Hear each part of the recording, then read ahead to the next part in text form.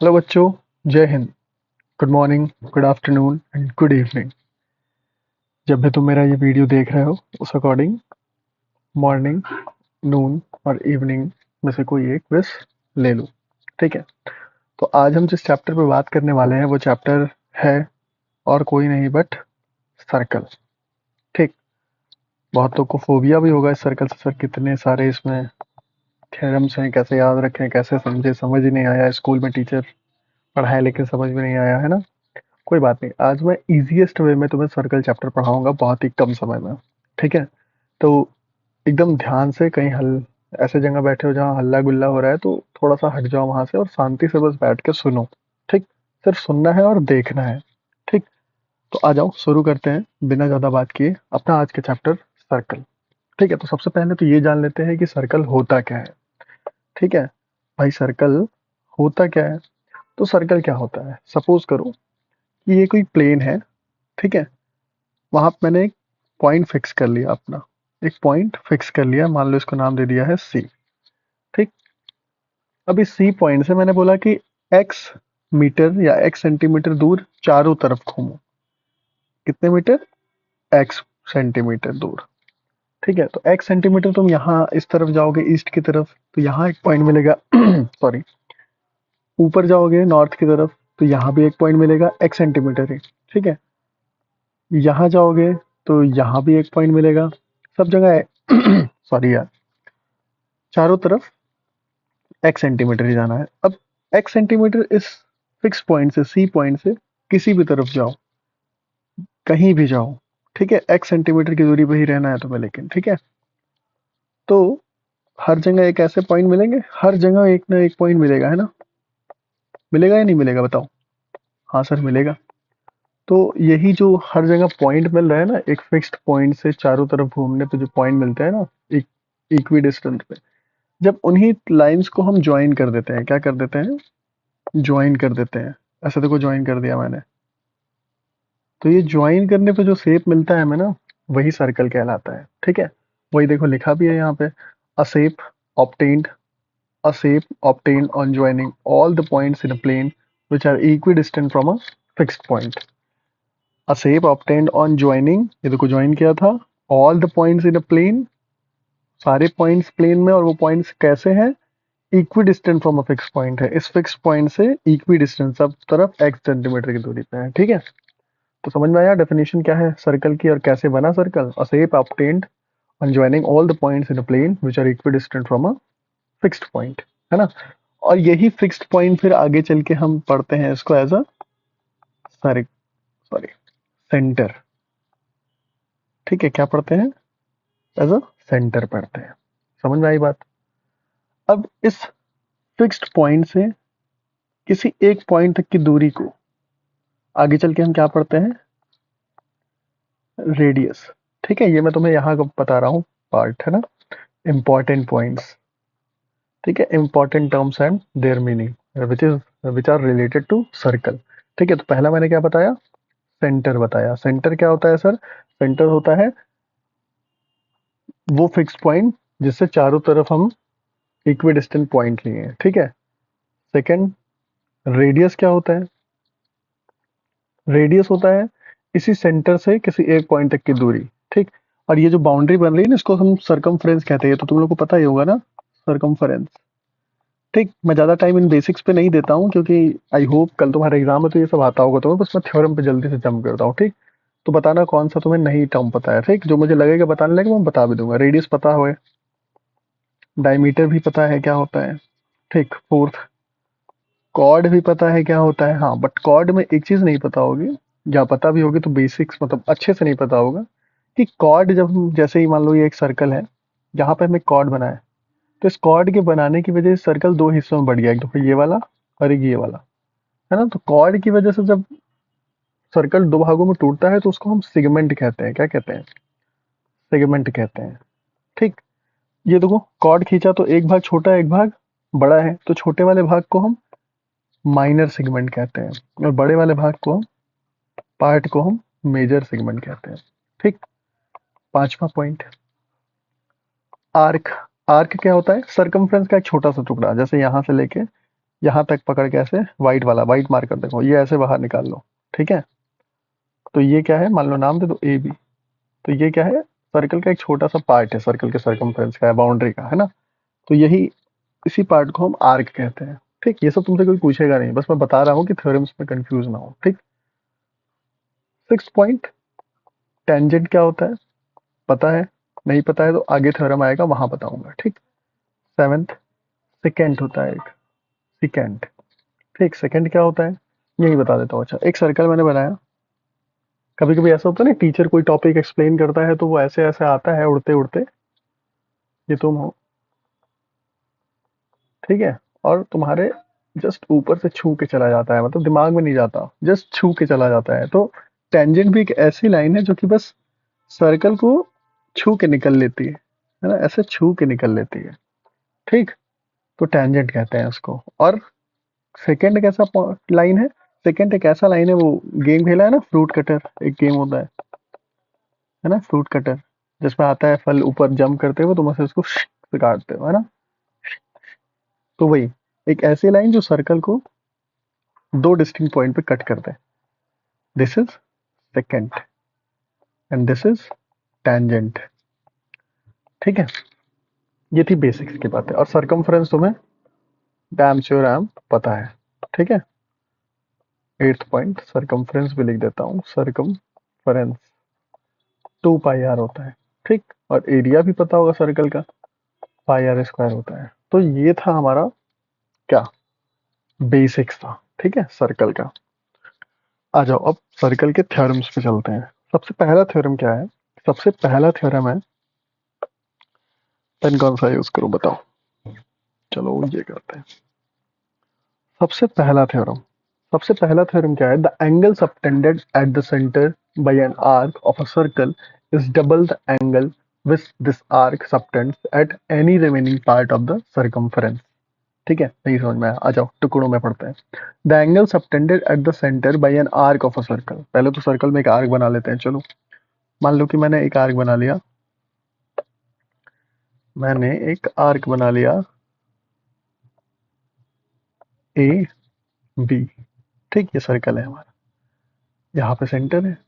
अब ये आर्क को अगर मैं ज्वाइन करूं, आर्क को अगर मैं ज्वाइन करूं, तो ये सेंटर पे, ये सेंटर अगर ओ है तो ये सेंटर पे कुछ एंगल बनाएगा ना, ये सेंटर पे कुछ एंगल बनाएगा जी, है ना।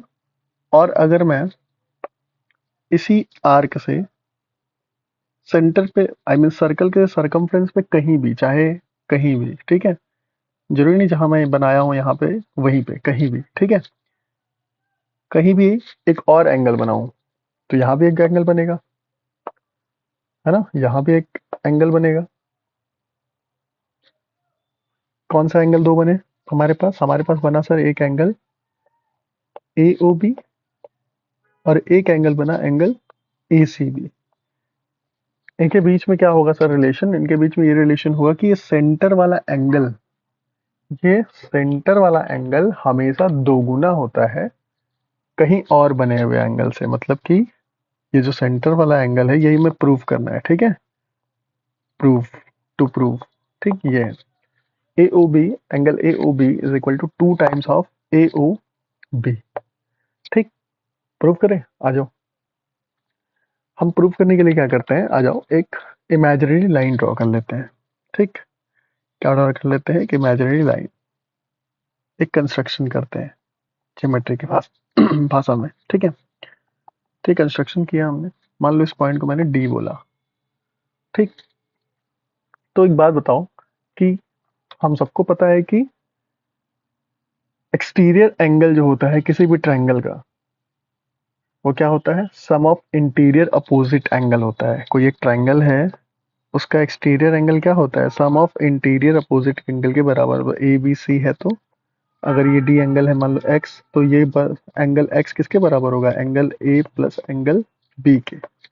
ठीक है, तो यही कंसेप्ट यहाँ पे यूज होगा।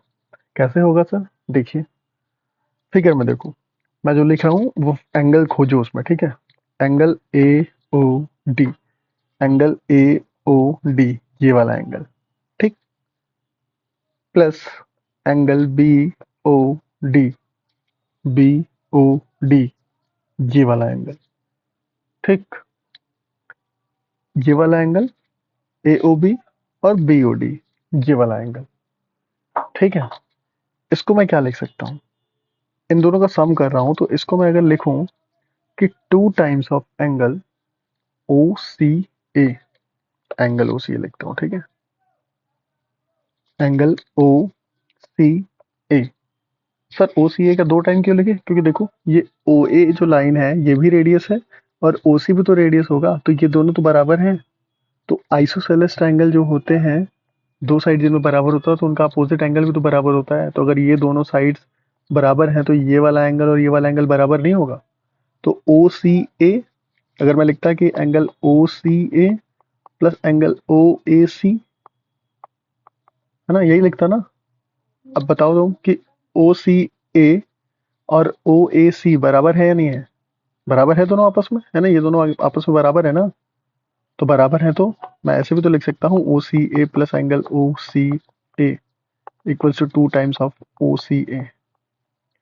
सेम तरीके से इस ट्रायंगल में ओ बी सी में क्या हो जाएगा, angle 2 times of angle O C B. कोई दिक्कत नहीं सर, आ जाओ।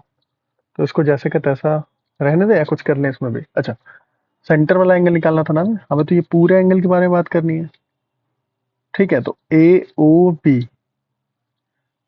देखो ए ओ डी और बी ओ डी, ए ओ डी और बी ओ डी को जोड़ के क्या ए ओ बी नहीं लिख सकते हैं। तो ए ओ बी लिख दूं मैं इसके इन दोनों की जगह, हाँ सर लिख दीजिए।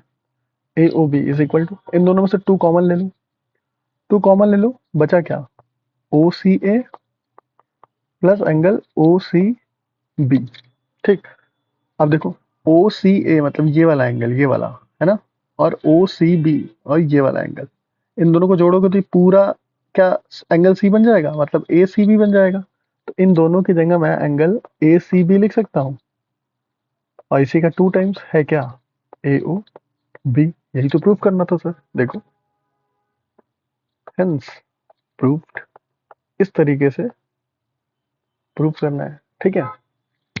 आगे आ जाओ, थोड़ा जल्दी चलते हैं, ठीक है, ये बहुत डीप में हो गया। ये देखो यहाँ पे इतना गंदगी हो गया है, समझाने के लिए करना पड़ेगा ना दोस्त, थोड़ा सा साफ कर दो, है ना, आ जाओ साफ कर देता हूँ थोड़ा सा, इतना छोटा कैसे हो गया रे। ठीक, ये सब कंसेप्ट ध्यान रखना, ठीक है। एक बार में ना समझना है, 2 बार देख लेना, ठीक है। ट्रायंगल के अंदर छोड़ो, समय लगेगा, ठीक है। देखो अब सर्कल का दूसरा थ्योरम, दूसरा थ्योरम क्या कहता है, in a circle the angle in a semi circle is a right angle triangle. अच्छा, इस थ्योरम का शॉर्टकट मैं एक बात बताऊं, तो अगर ये कोई सर्कल है, ये आर्क है, ये सेंटर है, ऐसे ज्वाइन किया मैंने ए ओ बी, और एक और जगह एंगल बनाया यहीं से सी, तो अगर ये 2 है तो ये 1 होगा, अगर ये सेंटर वाला एंगल 4 है तो ये 2 होगा, मतलब आधा होगा कहीं और बना हुआ एंगल, ठीक है। सेंटर वाले एंगल से आधा होगा कहीं और बना हुआ एंगल, ठीक, ऐसे भी याद कर लो, या कहीं और बने हुए एंगल से 2 गुना होगा, 2 टाइम्स होगा सेंटर पे बना हुआ एंगल, ठीक, कोई दिक्कत नहीं। आ जाओ आगे, let's talk about second theorem, in a circle the angle in a semi circle is a right angle triangle. देखो ये थ्योरम बहुत आसान है, तुरंत समझ में आ जाएगा, पहला थ्योरम समझ में आ गया है तो। बोला कि in a circle the angle in a semi circle is a right angle triangle. अब देखो, अच्छा, एक सेमी सर्कल बनाने के लिए मुझे क्या करना पड़ेगा, एक लाइन खींचनी पड़ेगी सेंटर से गुजरते हुए, तो क्या बन गया, है सेमी सर्कल बन गया, है ना। ये डायमीटर है। अच्छा, अगर ध्यान से देखो, तो अगर मैं इसको नाम दूं ए और इसको नाम दूं बी, तो क्या ये ए बी एक आर्क नहीं है, ये ए बी एक आर्क नहीं है, ध्यान से देखो, क्या ये मेरा पिंक पेन देखो, ए बी एक आर्क नहीं है, आर्क है सर। अभी ऊपर पढ़ क्या है कि आर्क जो एंगल सेंटर पे बनाता है वो उसका आधा होता है कहीं और बना हुआ एंगल। तो ध्यान से देखो, ये आर्क यहाँ ज्वाइन हो रहे हैं सेंटर पे, कितना डिग्री एंगल, 180 डिग्री एंगल। तो कहीं और सेमी सर्कल में ही कहीं और क्या बोला है, angle in a semi circle is a right angle triangle. तो सेमी सर्कल में कहीं और एंगल बना दो, इस तरफ कहीं भी बना दो, कहीं भी, ठीक है, जरूरी नहीं है यहाँ बना दो, यहाँ बना दो, कहीं बना दो, तो जो कुछ भी बनेगा वो ऊपर क्या पढ़े थे, सेंटर से बने हुए एंगल का आधा होता है कहीं और बना हुआ एंगल। तो अगर सेंटर वाला एंगल 180 है, 180 है, तो कहीं और बना हुआ एंगल कितना होगा सर, 90 डिग्री होगा, खत्म कहानी। ठीक है, तो डायरेक्ट लिख दो यहाँ पे angle A C B is equal to 90 degree. कोई दिक्कत नहीं, आगे चले। Third theorem, angles in the same segment of a circle are equal.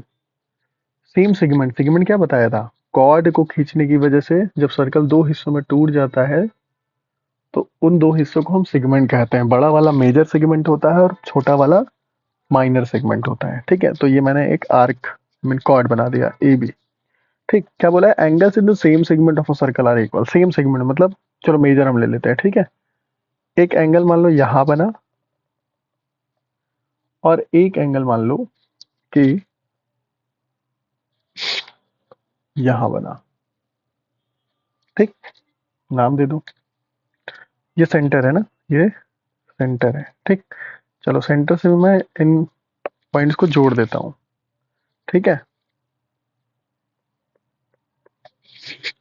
Construction कर रहा हूं मैं।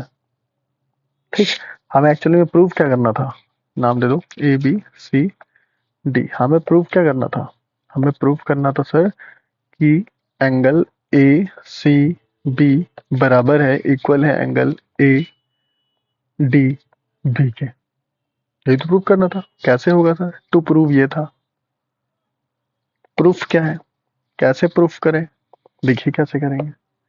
हम ऐसे करेंगे। कैसे सर, देखिए अगेन वही पहला थ्योरम याद करो, सेंटर पे बना हुआ एंगल का आधा होता है कहीं और बना हुआ एंगल, राइट। तो ये जो कॉर्ड बना है ये कहीं आर्क से ही तो बना है ना, है ना, आर्क से ही तो बना है ना। तो आर्क से ही बना है तो सेम सेगमेंट में बना हुआ एंगल आधा होगा इसका। तो ये अगर 2x है तो ये x नहीं होगा। ये भी तो देखो, ये एंगल से भी तो सेम सेगमेंट में है, तो ये 2x है तो ये भी x नहीं होगा। हो गया ना दोनों बराबर, है ना। पहले थ्योरम से ही कर दिया। अब आ जाओ दूसरा तरीका बताता हूँ। ठीक है, दूसरा तरीका, हम्म, यार ये गायब क्यों जा रहा है। देखो दूसरा तरीका क्या है, मैं अगर लिखूं कि एंगल ए ओ बी, ये ओ है, ठीक है, angle A O B is equal to 2 times of angle A C B. वो मैंने शॉर्टकट बता दिया, मैं तुम्हें लेंथी तरीके से प्रूव करना बता रहा हूँ। ठीक है, जैसे तुम्हें एग्जाम में लिखना है। ठीक, ये इक्वेशन फर्स्ट मान लो, और एंगल ए ओ बी ही क्या दोगुना नहीं होगा एंगल ए डी बी के, होगा ना फर्स्ट थ्योरम के अकॉर्डिंग। तो A O B from first and second हम क्या लिख सकते हैं, फ्रॉम फर्स्ट एंड सेकंड क्या लिख सकते हैं कि 2 times of angle A C B equals to 2 times of angle A D B. लिख सकते हैं, 2 से 2 कट गया, क्या आया, angle A C B is equal to angle A D B. यही तो प्रूफ करना था सर, खत्म, प्रूफ। मजा आ रहा है, मजा आ रहा है ना। एकदम जोश हाई रखो, कल पेपर है ना, एकदम जोश हाई। ठीक, मायूस नहीं होना है, एकदम ऐसा पढ़ के जाओ कि पेपर हाथ में लो तो मुस्कुराहट आए चेहरे पे, वाओ मुझे तो सब आ रहा है। ठीक है, तो keep revising the things again and again जो तुम सीख चुके हो। ठीक, द अपोजिट, नेक्स्ट थ्योरम कौन सा वाला है, fourth theorem, the opposite angles of a cyclic quadrilateral are supplementary. ठीक है, साइक्लिक क्वाड्रिलेटरल क्या होता है, एक ऐसा क्वाड्रिलेटरल जो कि सर्कल के अंदर बना हो, एक ऐसा क्वाड्रिलेटरल जो कि सर्कल के अंदर बना हो। आओ बना लेते हैं एक साइक्लिक क्वाड्रिलेटरल। ठीक है, एक साइक्लिक क्वाड्रिलेटरल बना लेते हैं, आ जाओ। देखो ऐसे,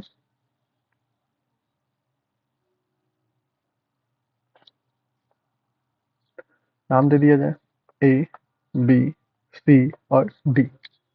ठीक है, आ जाओ इनके डायगोनल्स को भी मैच करा देते हैं।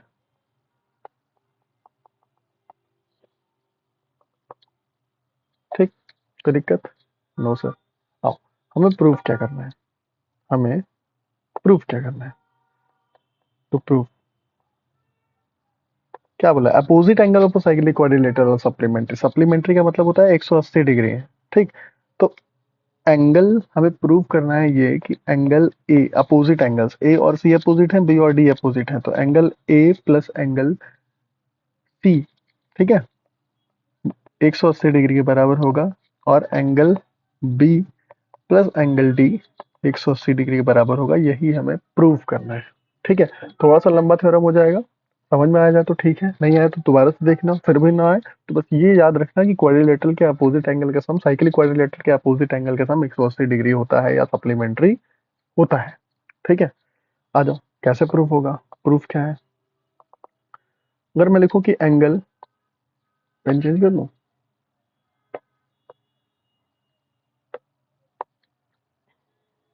एंगल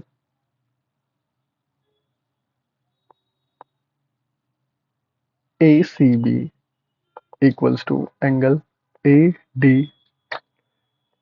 एंगल ए डी और B, angle A C B, angle A D B, अभी ऊपर पढ़ के आया ना, बराबर होते हैं ये एंगल्स, है ना। देखो ये एंगल्स बराबर होंगे ना, तो वही लिखा है फर्स्ट। अब फिर से देखो, थोड़ा सा गर्दन टेढ़ी करके अपनी, angle B A C is equal to angle B D C, second equation, B A C ये वाला एंगल और ये वाला एंगल। अब इस तरीके से सर्कल को घुमा लो थोड़ा सा, ठीक है, गर्दन घुमाओ, और ये वाला ट्रायंगल देखो, B A C B D C, ये भी तो सेम चीज कह रहा है इस वाले थ्योरम की तरह, है ना, इसी वाले थ्योरम की तरह तो है, तो लिख सकते हैं ऐसे। क्या मैं फर्स्ट और सेकंड को ऐड कर दूं, ऐड कर दूंगा तो क्या हो जाएगा फिर, angle A C B plus angle B A C plus angle A D B plus angle B D C, ये बनेगा। अब क्या करूं, इसमें देखो ध्यान से, ए सी बी और B A C, A C B और बी ए सी से तो काम नहीं बना कुछ, है ना। ए डी बी देखो कहाँ है, ए डी बी वाला एंगल, और B D C, B D C मतलब ये वाला एंगल। क्या इन दोनों को मैं पूरा ऐसे लिख सकता हूँ, एंगल डी मतलब ए डी सी लिख सकता हूँ इन दोनों को, हाँ सर लिख सकते हैं, एंगल ए डी सी लिख दिया है, ठीक है। Angle A C B plus angle B A C. अब क्या करें, ठीक, पेशेंस से देखो, ठीक है, भागना नहीं है, डरना नहीं है, ठीक है, समझ में आएगा, पूरा समझाऊंगा, ठीक। अब क्या करें, अब तो इसमें कुछ सॉल्व करने लायक बचा नहीं, तो हम क्या करते हैं, हम कर रहे हैं adding angle A B C both side, ठीक है। बोथ साइड ऐड करोगे तो क्या होगा, देखो यहां करता हूं, ठीक है, angle A C B plus angle B A C equals to, sorry plus करेंगे ए बी सी बोले है ना, A B C equals to angle A D C plus angle A B C, ये करेंगे। अब ध्यान से देखो, ए सी बी, बी ए सी और ए बी सी तीनों एक ट्रायंगल के तीन एंगल्स हैं, ए C B C, B A C ए और ए बी सी बी, तो ये इस ट्रायंगल के तीनों एंगल्स हैं, और ट्रायंगल के तीनों एंगल का सम कितना होता है सर, 180 डिग्री होता है, तो इन दोनों की जगह हम क्या लिख सकते हैं, 180 लिख सकते हैं। Angle A D C plus angle A B C, देखो एक एंगल तो आ गया, यहाँ इसको हम ऐसे भी तो लिख सकते हैं, angle D plus angle B equals to 180 degree, और यही तो प्रूफ करना था एक। अब एक निकल गया तो तुम्हें पता है कि, यहाँ देखो, तुम्हें पता है कि सर क्वाड्रिलेटरल मतलब कि क्वाड्रिलेटरल के चारों एंगल का सम 360 डिग्री 360 डिग्री होता, तो angle A plus angle B plus angle C plus angle D is equal to कितना होता है, 360 360 डिग्री होता है, जिसमें से बी और डी की वैल्यू तुम्हें पता है सम की 180 है। तो क्या मैं बी और डी की जगह 180 लिख दूं तो क्या बचेगा, angle A plus angle C is equal, I mean plus 180 degree is equal to 360 degree, और यहाँ से angle A plus angle C is equal to क्या हो जाएगा, 360 माइनस 180, तो angle A plus angle C equals to 180 degree. देखो दूसरा भी आ गया, खत्म, हेंस प्रूव्ड। समझ में आई बात? आगे चले। अच्छा, if a side of a cyclic quadrilateral is produced, the exterior angle so formed is equal to the interior opposite angle। Cyclic quadrilateral बनाते हैं, थोड़ा सा जल्दी चलते हैं, ठीक है। मुझे तुम लोग के लिए वीडियो लंबी नहीं बनानी है, इसलिए थोड़ा सा जल्दी चलते हैं, लेकिन समझ में पूरा आएगा, ठीक। तो नाम दे दिया मैंने कि बी सी और डी। कोई दिक्कत? बी को थोड़ा सा प्रोड्यूस कर दो, तो यही जो एंगल बना है ना, इसी की बात कर रहा है वो, ठीक। प्रूव क्या करना है कि angle C B E is equal to है एंगल ए डी सी, इस वाले एंगल के बराबर है, ठीक है। कैसे है और दिखाता हूँ। अगर मैं लिखूं कि angle A B C plus angle C B E is equal to 180 degree, कैसे sir? Sir linear pair 9th में पढ़ा था हमने, लीनियर पेयर से। अरे भाई, क्या मैं इसको ए बी सी को ए बी सी ये एंगल और सी बी ई मतलब ये एंगल, अब ये पूरा 180 डिग्री नहीं बन रहा है क्या? बन रहा है, तो वही तो लिखा हूँ लीनियर पेयर, ठीक। और एक लिखूं angle A B C plus angle A D C equals to 180 degree, कैसे सर? देखो अपोजिट एंगल्स नहीं है साइक्लिक क्वाड्रिलेटरल के, opposite angles of cyclic quadrilateral है ना। कौन कौन से? बी और डी। देखो बी ये वाला और D opposite angles of cyclic quadrilateral are supplementary to each other, मतलब 180 डिग्री होता है, तो वो भी लिख दिया।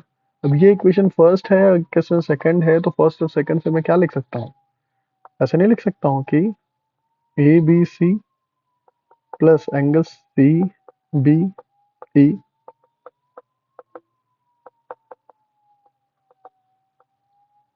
लिख सकते हैं ए बी से ए बी सी कट गया, क्या बचा? Angle C B E is equal to angle A D C, hence proved. कोई दिक्कत?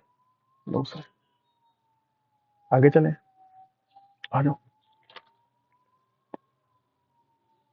देखो, वाह, चांद सितारे फूल और शबनम, मार्क कर लो, है ना। टेंजेंट से ही क्वेश्चन आने वाला है, टेंजेंट वाले थ्योरम से। और ये जो इस पेज, ये पेज है ना, ये पेज तुम्हारे लिए बहुत इंपॉर्टेंट है, ठीक है। इस पे क्वेश्चन आना ही आना है, 100% श्योर बोल रहा हूँ मैं, 100% श्योर, ठीक है। तो ध्यान से सुनना, ठीक।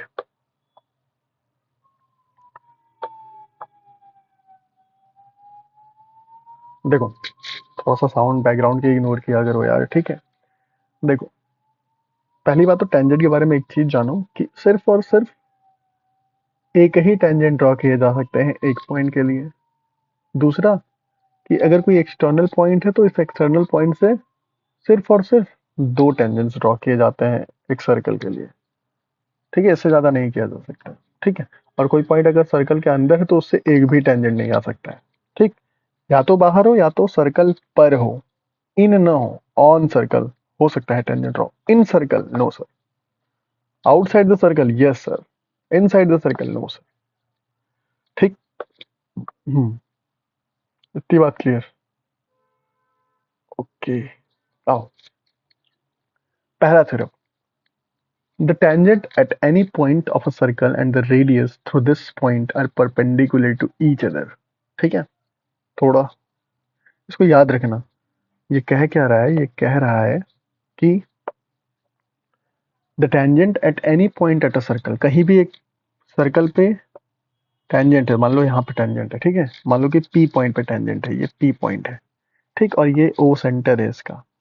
तो ये थ्योरम क्या बोल रहा है पता है? ये बोल रहा है कि ये जो ओपी है ना, ये परपेंडिकुलर होता है, ये लाइन 90 डिग्री होती है टेंजेंट से। यही हमें प्रूफ करना है, आओ प्रूफ करते हैं। मान लो कि मैं एक लाइन बना रहा हूँ, हमें ओ से टेंजेंट पर जाना है, ठीक। तो मैं कहाँ जाना है? टेंजेंट, मान लो कि ये ए और बी टेंजेंट है, तो इसी पे जाना है तुम्हें, ठीक है, ए बी टेंजेंट पे। तो ए बी टेंजेंट पे जाने के लिए तुम्हारे पास दो रास्ते हैं, ठीक। या तो ओ और पी से चले जाओ, ये पी पॉइंट जो है, या ओ और ए से जाओ। अब ओ ए जब मैं ज्वाइन कर रहा था तो मुझे दिखा कि ओ ए जो लाइन है वो कहीं पे सर्कल को काटी भी है, आर पॉइंट भी है, कट कर रही है यहाँ पे ना, तो कट भी की है। ठीक, तो मैं यहाँ से एक कंक्लूजन नहीं कर सकता हूँ कि ये जो सर क्या है, मान लो कि क्यू पॉइंट पे टेंजेंट को टच किया है और आर पॉइंट पे सर्कल को काटा है, ठीक है, और पी पॉइंट पे टेंजेंट बना है, तो मैं ऐसे बोल सकता हूँ कि O R is less than O Q. हाँ सर, ओ आर तो छोटा है ये ओ क्यू से, ठीक है, कोई दिक्कत नहीं है। ऐसे बोल सकता हूँ कि O P is equal to O R, क्यों सर, रेडियस है, दोनों दोनों ही रेडियस है, ठीक है। तो क्या मैं यहाँ से ये नहीं बोल सकता हूँ कि अगर ओ पी ओ आर के बराबर है और ओ आर ओ क्यू से छोटा है तो ओ पी भी ओ आर ओ क्यू से छोटा है, बोल सकते हैं। तो अब इन तीनों चीज को ध्यान से देखो, तीनों लाइंस को, और यहाँ से क्या कंक्लूजन निकल रहा है कि अगर तुम्हें ओ पॉइंट से टेंजेंट पर जाना है तो सबसे छोटा रास्ता सिर्फ और सिर्फ एक ही है तुम्हारे पास, और वो है ये ओपी, है ना। OP is the shortest distance, है ना, OP is the shortest distance, ठीक है। OP is the shortest distance, और शॉर्टेस्ट डिस्टेंस हमेशा और हमेशा परपेंडिकुलर होता है, तो ओपी भी क्या होगा, परपेंडिकुलर होगा। OP is perpendicular to A B, hence proved, hence proved. समझ में आया, मजा आया। आओ, ये पॉइंट सेकंड नंबर इसका, ठीक है।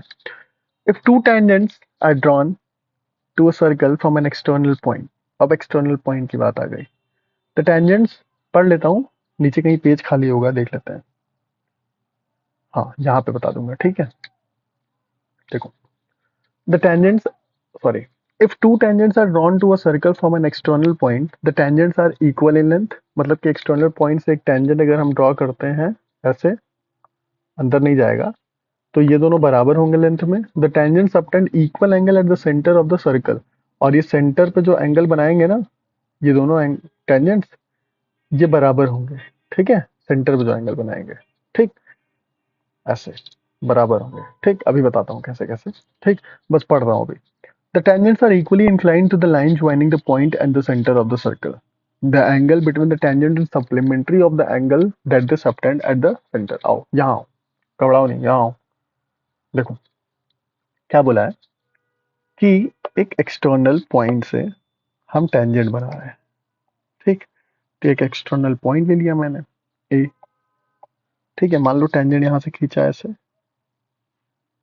ठीक है, ये टेंजेंट पी है और एक और टेंजेंट खींचेंगे। बोला था ना कि एक्सटर्नल पॉइंट से दो टेंजेंट्स, ठीक, क्यू, बीच में क्या है, सेंटर है ओ, मान लो इसको, ठीक, ज्वाइन कर दो। इसी पे क्वेश्चन मिलेगा बेटा, इसको छोड़ के जाओगे तो तुम सोच लो, ठीक।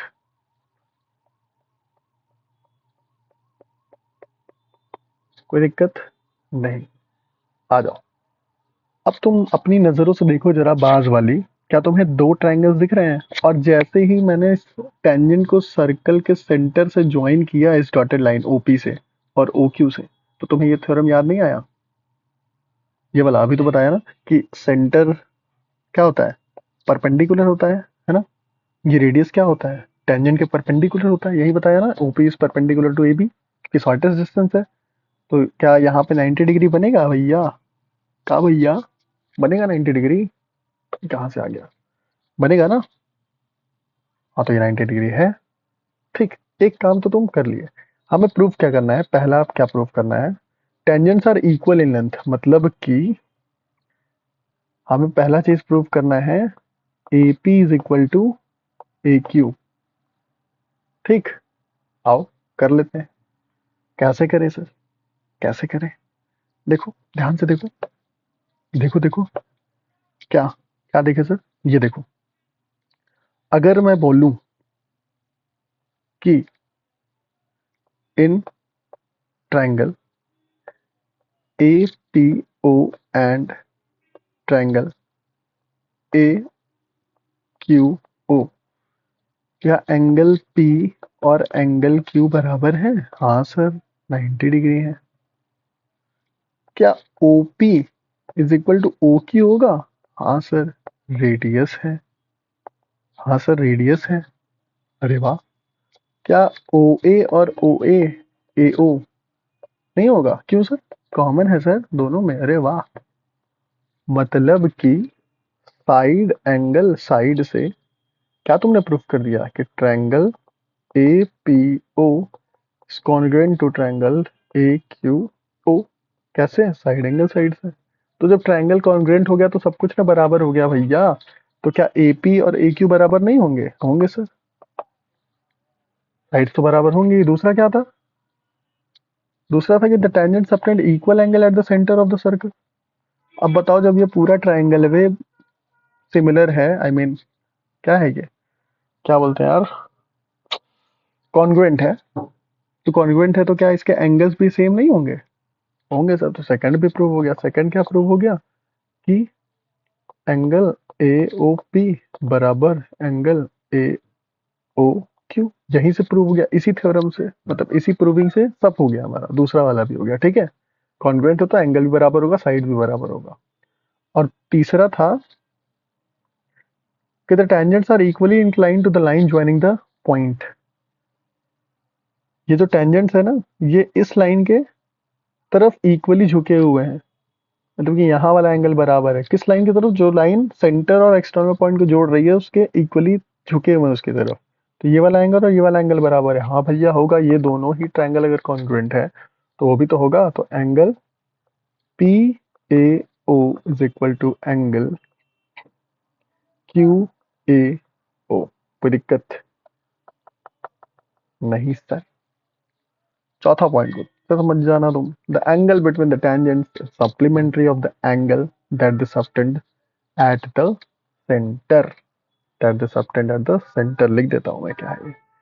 ठीक है, the angle between the tangents मतलब कि ये है angle PAQ is equal to क्या था?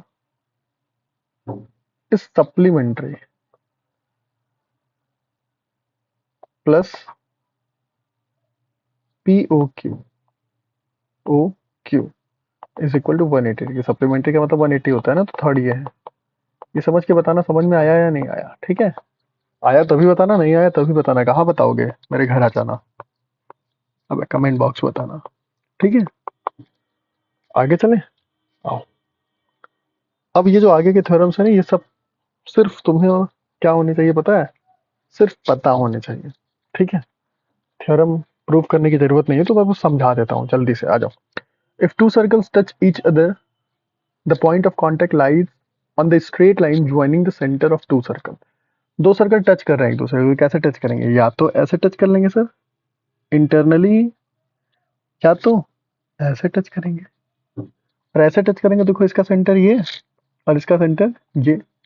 तो इसका सेंटर मान लो कि इसका रेडियस R1 होगा और इसका रेडियस R2 होगा। होगा कि नहीं होगा? तो अगर एक्सटर्नली टच कर रहे हैं, कैसे टच कर रहे हैं? एक्सटर्नली कर रहे हैं, तो डायमीटर क्या होगा, मतलब डिस्टेंस क्या होगा दोनों के सेंटर के बीच का? R1 प्लस R2 होगा। और इंटरनली कर रहे हैं तो ये सर्कल का सेंटर है, ठीक है, और ये इस सर्कल का सेंटर है।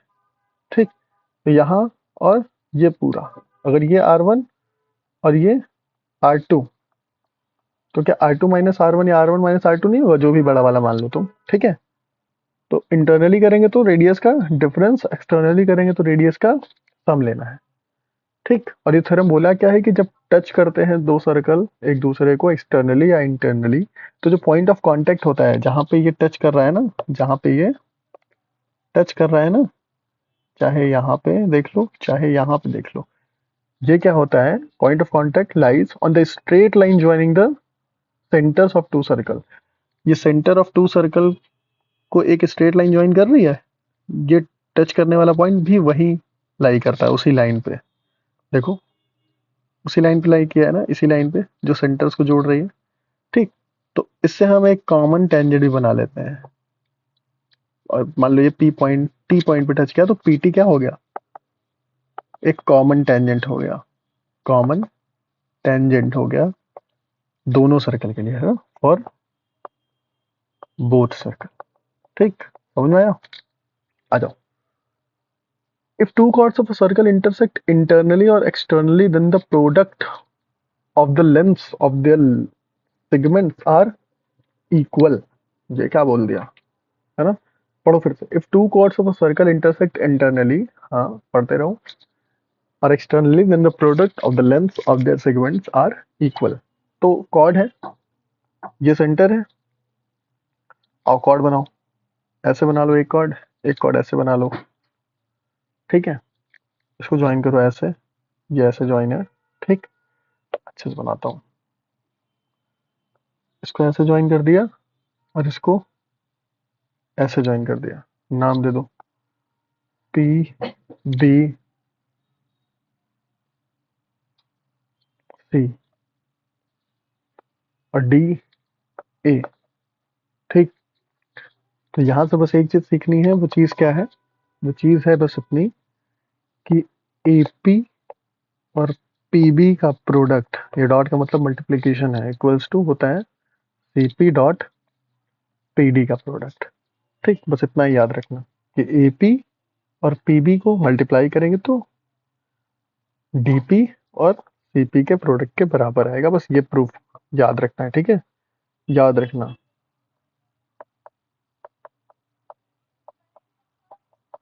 ठीक, आओ लास्ट थ्योरम।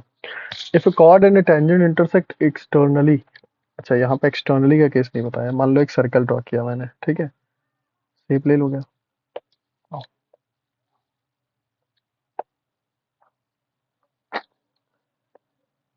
देखो सर्कल ले लिया, ठीक?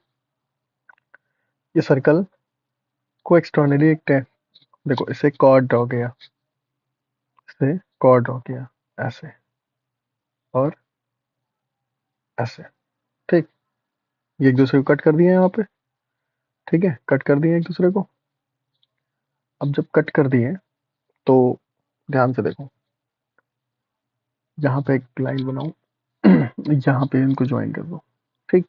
तो ये ए है, ये सी है, ये बी है, ये डी है, यहाँ कुछ एंगल बनेगा, यहाँ कुछ एंगल बनेगा, और ये पी है। तो यहाँ से भी सेम चीज निकल के आएगी, ठीक है? को सोचना नहीं, चाहे एक्सटर्न नहीं समझ में आया तो कोई बात नहीं है, ठीक है? ये समझ में आया था ना? तो चाहे इंटरनली इंटरसेक्ट करे चाहे एक्सटर्नली, यही चीज फॉलो होगी, ठीक है? यहाँ पे if a chord and a tangent intersect externally, then the product of the length of the segment of the chord is equal to the square of the length of the tangent from the point of contact to the point of intersection। ठीक, shortcut बताता हूँ ये क्या कह रहा है। मुझे सिर्फ इतना कह रहा है, क्या कह रहा है?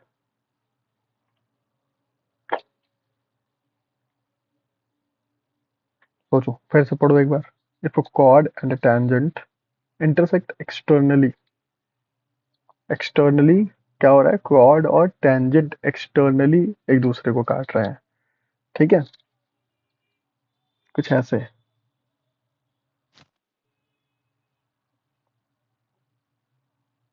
फिगर बना रहा हूँ मैं, कोशिश कर रहा हूँ कि साफ साफ बन जाए, ठीक?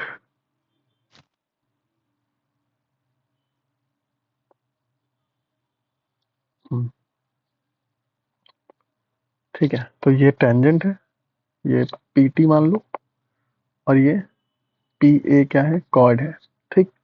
ये भी एक लाइन है, भी एक पॉइंट है, ठीक है? तो यहाँ से क्या प्रूफ होगा? ये सिर्फ टेन, इस पूरे लाइन का मतलब इतना है कि P A multiplied by P B is equal to P T का स्क्वायर। मतलब कि पी ए पी बी का मल्टीप्लिकेशन जो होता है वो टेंजेंट के लेंथ के स्क्वायर के बराबर होता है। दैट्स इट, ठीक है? तो सारे थ्योरम समझ में आए? इतने ही थ्योरम्स में से तुम्हें क्वेश्चन मिल जाएंगे कल, ठीक? तो अच्छे से पढ़ो, खुश रहो, मस्त रहो, मिलते हैं जल्द। Thank you.